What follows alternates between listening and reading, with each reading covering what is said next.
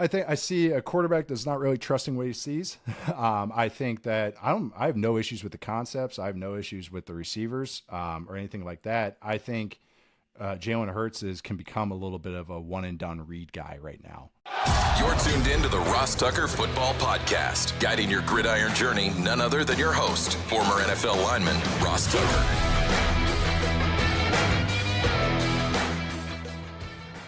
Oh, yeah, it is. But it's not just any Ross Tucker Football Podcast. It is a Wisdom Wednesday, presented, of course, as always, by DraftKings. DraftKings, the crown is yours. I'm Ross Tucker, former NFL offensive lineman, 5 teams over the course of 7 years. Most of you guys know that. Washington, Dallas, Buffalo, New England, Cleveland, 2001 to 2008. Now I get a chance to call games on television for CBS, on radio for Westwood One. I will be in the booth on Saturday for the Texans at the Chiefs with Kevin Harlan Saturday afternoon. So if you guys are driving around or whatever on Saturday afternoon, or if you just would rather hear us than the guys doing the TV broadcast, which is fine too, that game streams a lot of different places, including WestwoodOneSports.com. Very much looking forward to that game. Anytime I get very, very cool. We're in the middle of the week, which means we're only 2 days away from 2 huge things. Number one, winners. I love giving away winners. I love sending you guys these signed press passes with my face on it. And it says the specific game that I called using that press pass. It's pretty cool. And you can win it just by spreading the word via social media. So at Ross Tucker Pod is probably the best way, or at Ross Tucker NFL. You just go ahead and engage in any way, especially if you comment, especially if you reply or like on X, a quote post. Those are huge. Then the sponsor confirmation email winner, you guys know I love me some westshorehome.com/Ross or the code Ross on the Game Time app or the DraftKings app. Just make sure when you use it, you send it to me, ross@rosstucker.com. And then the YouTube shout-out's cool. All you have to do is go to youtube.com/RossTuckerNFL and subscribe and then make a comment. And I do a video for you, which I love as well. The wisdom today comes from my guy, Nate Tice. I think the last time he joined us was maybe February or March. It was definitely pre-draft because I remember he was a big Drake May guy. But I'm a big fan of Nate Tice, former coach, former player. It's Big Show time. The Big Show. He is back and hopefully better than ever. My guy, Nate Tice, former Wisconsin, quarterback and tight end. Yeah. Holder. Signal giver. He's the guy that works for Yahoo Sports. And I see you on NFL Network, man. That's a cool gig. What are you doing for them? Yeah, they bring me in. They trot me out there like Hannibal Lecter with the mask on, and they give me about 10 minutes to break down some film. And it's been a lot of fun, actually. So, yeah, just trying to explain different cadences to the Good Morning Football audience is kind of a lot of fun to get them closer to 101, 201 level football. So that's been a great time. It. Yeah, I was watching the other day and I saw you on there. I was like, oh, that's sweet. It's Nate. Love it. That's me. All right. So for those of you who don't know, I think the best way to describe Nate would be, it's funny, Nate, on some level, you're like a young Greg Cosell, who the NFL Films legend. Now, Greg never played a down of football in his life, but he's worked in NFL Films for 45 years, and he's on the NFL Matchup Show. But Nate takes the time to watch the tape.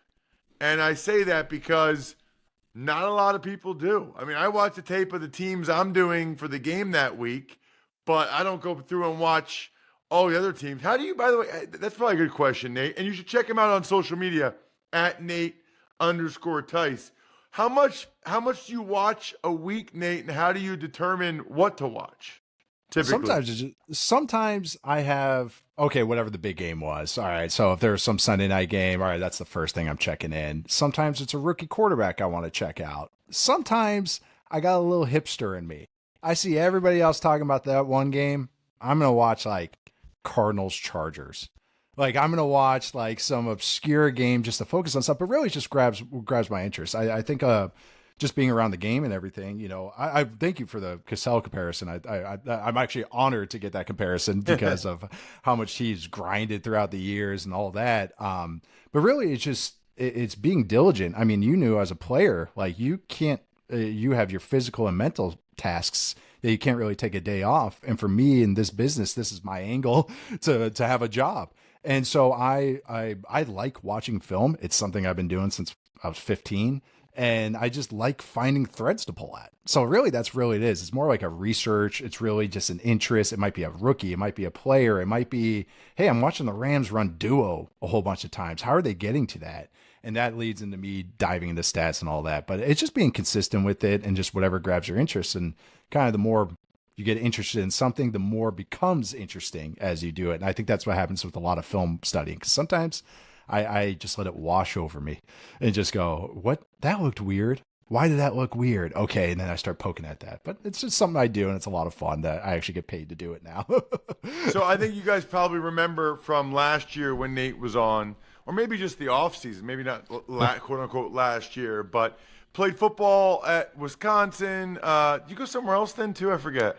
No, I was UCF then Wisconsin, and then that's right, UCF then GA at Pitt under Paul Christ, and then scouted for the Falcons, coached for the Raiders, and then got into media.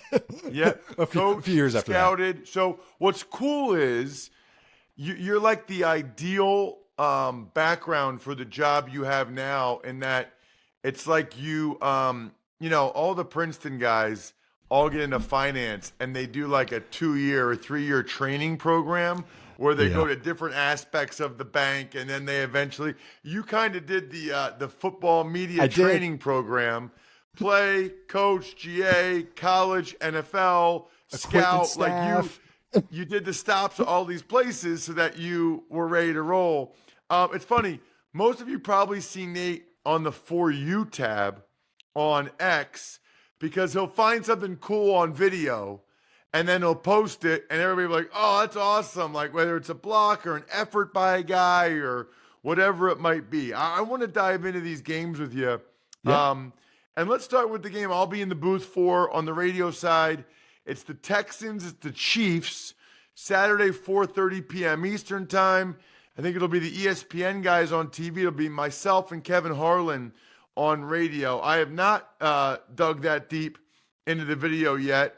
Interestingly, I did the Chiefs' last game where they actually played on Christmas against the Steelers. And then I did the Texans several times this year, including week 18. So I got a pretty good feel for both. And I'm curious kind of what jumps out to you. What are you going to be looking for, Nate, with the Chiefs and the Texans? Well, first off, how did the Chiefs block that Texans pass rush? I think pass rush and blocking, which I know I'm preaching to the choir here, is the great equalizer in playoff football. It's the old adages come true in the playoffs: running the ball, blocking the pass rushers, getting after the quarterback. Like those things hold up in playoff football. And the Chiefs offensive line, their insert left tackle here until they got to Joe Tooney and moving him out there, that has not been a true strength or something that they can truly rely on passing wise. But having said all that, they can run the ball. And it's not the craziest, prettiest running game you've ever seen. Like they're not explosive. I think they're the least explosive run offense in the NFL, but they're brutally efficient. And against this Texans team, that was the issue the Chargers ran into. They can run the ball. And when you can't run the ball, it's a lot of 3rd and 10s. It's a lot of 3rd and 9s. It's a lot of 3rd and 12s. And then you got Will Anderson and Danielle Hunter teeing off on you. You got tight man coverage across the board. You have to win in 2 seconds. So that's what the Texans are going to dare you to do on either your offensive line has to win one-on-ones and your pass catchers have to win one-on-ones. So that's what I'm watching for. So it's passing downs, I guess would be the best way to put this, is how do the Chiefs handles the passing downs? Well, and I've been saying it, I said it when the Texans are elite at edge rusher and at corner, and they got a healthy Danico Autry back against the Chargers. He ate up Salyer, the right guard for the Chargers. Just giving them that inside guy that can win against one-on-one if you're going to be sliding and chipping against the edge guys. But they've got some elite players. I'm really curious Andy Reid's not giving it away yet, Nate. What he's going to do at left tackle? He said Caliendo and Tooney at left tackle did a nice job, but Humphries did a nice job when he played against Denver. So they're not giving it away yet what they're going to do at left tackle. I guess I kind of think they're going to stick with what they had the last couple games with Caliendo at left guard and Tooney at left tackle and not put Humphries back out there. And Tooney is a battler, and he does a nice job, but he also, you can tell he's not really an NFL starting left tackle. He's getting by on guts and technique, and hand he placement. doesn't have that length or the movement skills. So that there's a chance. And then on the right side, Taylor's not great either. The Texans have to dominate that matchup. Yes. And that's why for the Chiefs to take control is the Texans' run defense is efficiency wise, they're solid, but you can get explosive runs on them, which makes a lot of sense. What you just brought up to Nico Autry, they don't have a lot of size and girth. They're all about upfield, speed. You watch how the Ravens got after them. All right, let's run trap 10 times. Let's let these guys get upfield and just kick them out. And the Chiefs run a little bit of every type of run. You got Andy Reid and Andy Heck with a bye week. That makes me think that they'll have some runs that can maybe get after it, but that's what you have to do. If you're not able to do it, you're just playing to their hands. And the thing is, too, I agree with you. I think they go with Tooney because if you break down the Texans, it's, well, you got to worry about their edge rushers. All right, well, I'm going to make sure my left tackle spot's at least competent as opposed to does Mahomes. You never see this until this year. Is Mahomes actually peaking to make sure that the left tackle is blocking their guy? And I think, too, is that if you do have Tooney out there, you don't have to provide as much chip help. The Chiefs don't want to provide chip help. That is, they want all five guys out as much as possible. I mean, no offense wants to provide chip help, but especially not the Chiefs. And so that makes me think, too, that then they can trust Tooney a little bit more and not give him chip help so we can get to scat, five-man protection. We can get the running back out there so we can have Mahomes get more options there.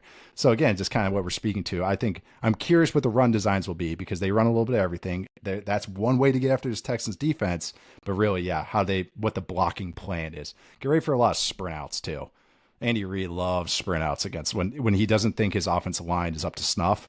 He loves doing sprint outs just to wad things up. So look out for that, too. Ooh, good call there. Yeah. And it might have even been you, Nate, where I saw, or maybe when I was watching the game, but the Ravens trapped and whammed the Texans to death in that game on Christmas. Mm-hmm. And Will Anderson even said to me, it's not a physicality thing, it's an awareness thing. We're trying to fly up the field. We got to be a little bit more aware of some of these traps and whams. What about when the Texans have the ball on the other side? Anything jump out to you? I mean, we saw a pristine game plan from the Texans, at least of what they have to do to win. This was the best their run game has looked in weeks. I mean, months maybe. Outside, I mean, really, when you looked outside of the two games they played against the Colts this year, that was probably their best. That was the most explosive runs they had this entire year, gains of 12 yards or more. So that they have to be able to run the ball. The thing is, the Chiefs' run defense is actually very good this year. It's different than a typical Spags defense, which was, it used to be you played against Spags, you get into big bodies and you pound the rock.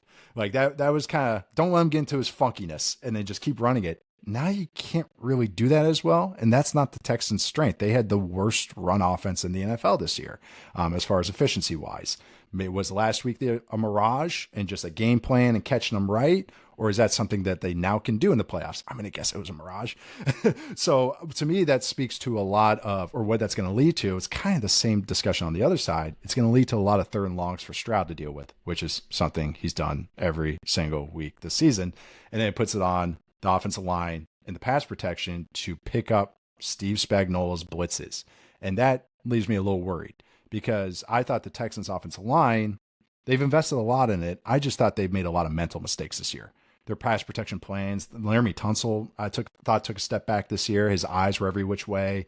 I thought the running backs and the tight ends, even Dalton Schultz, weren't going to the right guys. So it wasn't just like a guy losing one-on-one, which, as you know, happens in the NFL. But when you're just not even going the right way, that scares me a ton. Jesse Minter's not going to bring a ton of craziness, but Steve Spagnuolo is. So again, I think this leads into a CJ Stroud has to be a hero, throwing to Nico Collins a bunch of times and probably scramble again, something that he doesn't want to do, but he's doing it a little bit. He did it last week, but be more aggressive, be more of a creator. Lions Commanders, Saturday night. It's on Fox. What are you looking at there, Nate? I'm getting ready for. I'll start with the Commanders' offense, Lions defense, because Lions defense with all the injuries they had, I think mentally I was like, oh, they took a step back. They took a step back. And then I'm watching them just keep put up good performances, and I look at the stats, and they're actually like holding up in all the metrics I look at. They have the best pass rush in terms of pressure rate since they traded for Zadarius Smith in the NFL. And I didn't know that until I looked this up. they're number one in pass rush when they bring four guys. Going against this Commanders offensive line. Okay, there's spots there that you can attack them. They want to get the ball out quick. The Lions also like to play a ton of man coverage. All right, you got Terry McLaurin. All right, are the Lions going to lean into that still, going against a better receiver? They have so far this year. It's really just more of like who blinks first type of game on that side of the ball. And then the other side, Lions offense, I think, should have their way against the Commanders defense. I really do think. I mean, they have their way against a lot. The Commanders defense does play hard. It's not a good defense, even if they played a lot better in the second half of the year against the pass. Against the run, they're not very good against under center runs. They're not very good against downhill runs. What do the Lions like to do more than anybody is get under center and run down your throat. So I think the Lions offense has a clear two-tier advantage. While I think the other side of the ball, the Commanders offense being very efficient down to down, it's going to pull out on Jaden Daniels to make plays with his legs and be hyper efficient play after play. Yeah, I'm so impressed with him, especially late in games. He doesn't blink at all. The calm and the poise late in games. Some guys really have that, and some guys don't. That's not when they're at their best. It feels to me like if the Commanders win that one, it's like 38-35, and he just goes crazy. Right, and there's some wonky pick six, and like something goes, it just becomes a wide open game. And once that game gets wide open, Jane Daniels turns into a new player, not in a good way if you're defending him. Just a totally different animal to try and defend. All right, let's get to the Sunday games. The first game, it's the LA Rams against the Philadelphia Eagles. And interestingly, they've played in the regular season the last 2 years, Nate, and I've watched every snap of those games.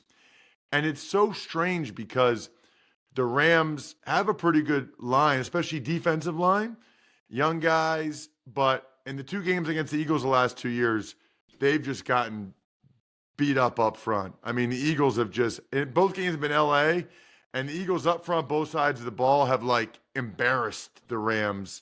That trend usually continues, but I guess we'll see. Yeah, I kind of got sparked, and this is what's fun is now being with NFLs, and I get access to next gen stats. I get access to True Media, so I go down a lot of wormholes and rabbit holes when I start studying these things. Sometimes not in a good way because it just wastes a lot of time. But anyways, I was watching the Vikings-Rams game this morning, and I noticed with the Vikings who were having the most success, probably the only consistent success they had the whole day was outside runs. A lot of toss zone plays. I think people in that offense call it a zebra concept or Zorro concept. So a lot of those over and over. And then, so maybe look, because all the inside runs were just getting stonewalled. And the Vikings weren't good running between the tackles anyways, but it just kind of stood out to me. And sure enough, I looked at inside runs, outside runs for the Rams defense. And this is an end all be all, different concepts, change it all that. But inside runs, they're like a top 12 defense. Outside runs, they're a bottom 5 defense. They're 31st in success rate allowed on outside runs. They're 13th in success rate allowed on inside runs. Why I'm saying that is you got Lane Johnson, Jordan Mailata, Saquon Barkley, who still runs a 4-4, going against lighter defensive ends, outside linebackers, and Byron Young and Jared Verse, who are both good players, but are lighter bodies. They like to slant and get DBs involved to try and create TFLs. Going against this Eagles offensive line that can really just steamroll that. It makes me concerned until they get to passing downs. But even then, it's a lot of the stuff the Rams do, like what they did to manipulate the Vikings offense. The Eagles have natural answers to beat that. So I feel like, I think this game's going to be really, really interesting, but I do think that the Eagles offense has a lot of natural answers because their offensive line is really, really good. Yeah, and the thing I tell people too is there's other offensive lines that are good. All 5 of those guys are legit freaks, right? Yes. Mailata's 6'8", 375, moves so well. Dickerson probably weighs 355. Yeah. And moves very well. Cam Jurgens is a different kind of freak, you know what I mean, in terms of how athletic he is. But then Becton is probably 6'7.5", 345. Lane's 330. But like those are guys where you're like, holy crap, I played the same position as those guys. You know what I mean? Like you see him and you're like, wow, maybe center. Maybe I can play center. But I'm not nearly as athletic as Kelsey or Jurgens. It's a tough line to get PT on.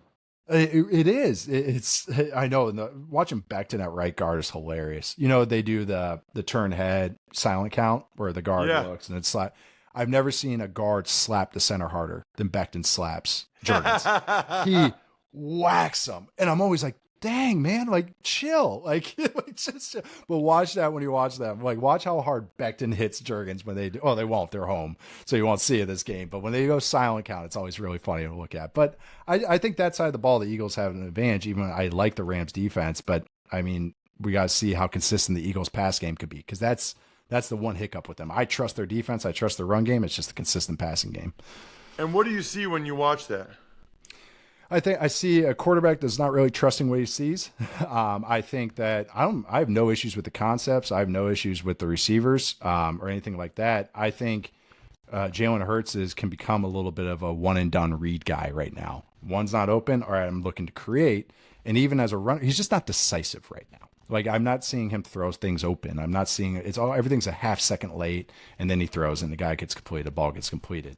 I think there's just not a lot of like trust in what he is seeing right now. But I don't think that's a scheme thing. I think that's just a Hurts comfort thing, which is something I've seen this entire year and really last year too. So it's two different offenses I'm seeing in.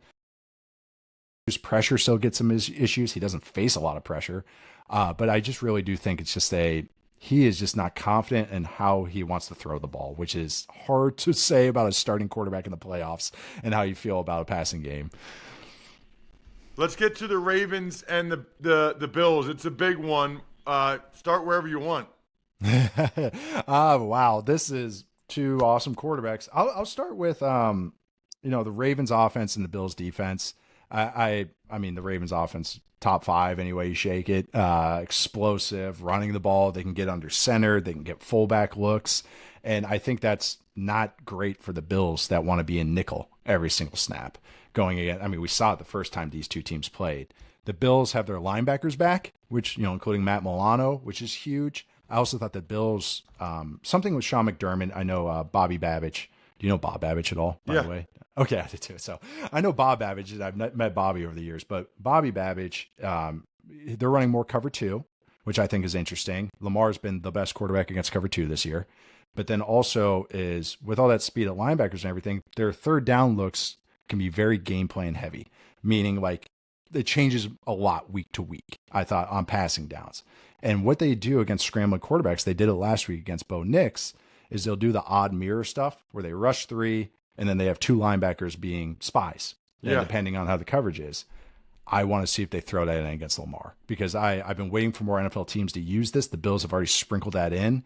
So again, getting the passing downs, I think that's going to be really interesting because offenses have been able to get after this Bills team.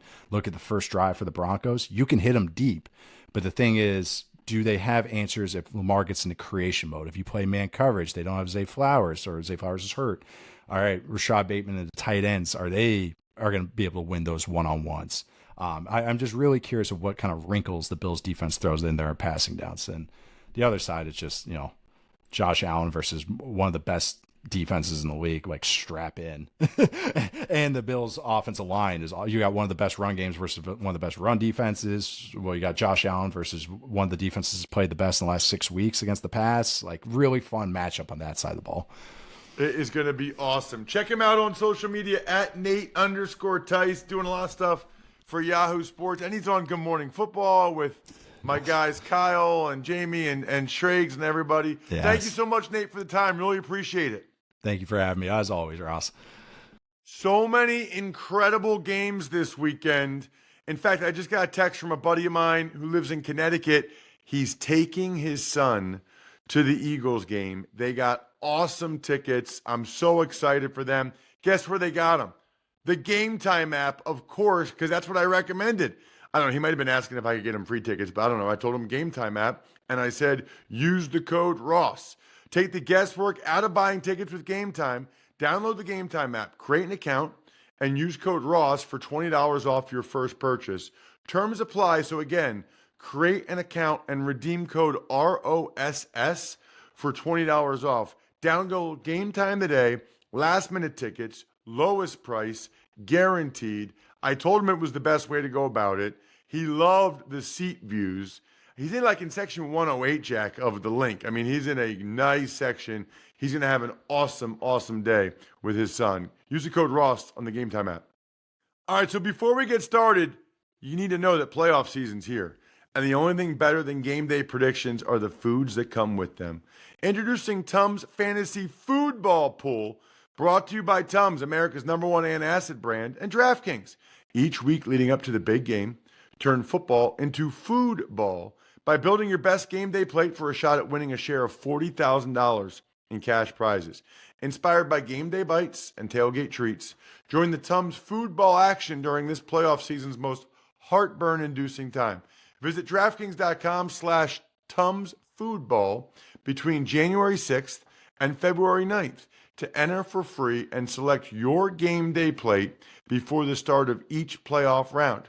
Age and eligibility restrictions apply. Void where prohibited. See terms at DraftKings.com/TumsFoodball. When you feel the heat of the game, don't let heartburn keep you on the sidelines. Try Tums Chewy Bites with a tasty outer shell and soft center for fast relief of heartburn, acid ingestion, and upset stomach. Check out Tums Gummy Bites, featuring a soft and easy-to-chew format for fast relief of occasional heartburn, acid indigestion, sour stomach, and upset stomach. Both available at Amazon, Target, and other major retailers nationwide. And for more heartburn relief fun, be sure to follow Tums at Tums Official on Instagram and TikTok. I've been telling you guys all year that Smirnoff is an official sponsor of the Ross Tucker Football Podcast. And you already know, because I've been saying it, that they're an official vodka partner of the NFL and Super Bowl 59. Here's the deal with Smirnoff, right? It's the world's #1 vodka, but it's not crazy expensive like some of these other vodkas. And so many good mixed drinks that you can use with vodka. Right now, they've partnered with Complex, letting fans get their hands on some amazing items, handpicked by celebrities. You can get it for $12.99, some of these things, just like a bottle of Smirnoff. That is awesome. Please drink responsibly. Smirnoff #21 vodka, distilled from grain, 40% alcohol by volume. The Smirnoff Company, New York, New York. Pricing is at sole discretion of the retailer and may vary by state. Please not share with anyone under legal drinking age. Tuck's Takes. All right, Ross, the Texans, they cut wide receiver Deontay Johnson. They're putting tight end Cade Stover on IR. Totally forgot to mention, by the way, that Nate was presented by Labatt Blue Light. Drink some Labatt Blue Lights this weekend with your friends. Live life to the power of we. Always enjoy responsibly. Beer, Labatt USA, Buffalo, New York. By the way, stay tuned because there might be a virtual happy hour Friday night. I will keep you guys posted. Deontay Johnson, I mean, this guy he's something special. He really does not care about his career at all.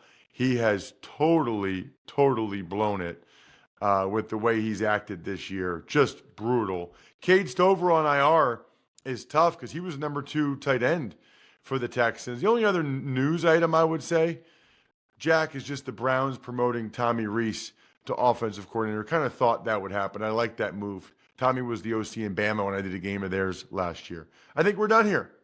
But before we're done, I want to make sure you guys are checking out football's funniest family duo. NFL Super Bowl champs Jason and Travis Kelce, my guys, are teaming up to provide next-level access to life inside the league in their hit show, New Heights. They got stories from a combined 21 years in the league, off-field shenanigans, can't miss A-list interviews. This week it was Will Ferrell. Listen and watch New Heights wherever you get your podcast. But if you want to skip the ads, catch new episodes early, and unlock access to exclusive episodes of the show, join Wondery Plus in the Wondery app, Apple Podcasts, or Spotify. Now I think we're done here. Thanks Thanks for tuning in to the Ross Tucker Football Podcast. Make sure to also check out Even Money, Fantasy Feast, and College Draft, all on the DraftKings Network on Samsung TV Plus, YouTube, or subscribe to the podcast on your favorite platform. Shout out myfrontpagestory.com. How awesome is it to not only get someone special in your life, your significant other, the best Valentine's Day gift of all time, but also to know without a shadow of a doubt that you're going to get a signed autograph from me? I guarantee you're a guaranteed winner if you get a story for a loved one at myfrontpagestory.com. Why don't you knock it out right now for Valentine's Day? BackOfficeScheduler.com, HumanHeadNYC.com, Sporticulture, Pizza Boy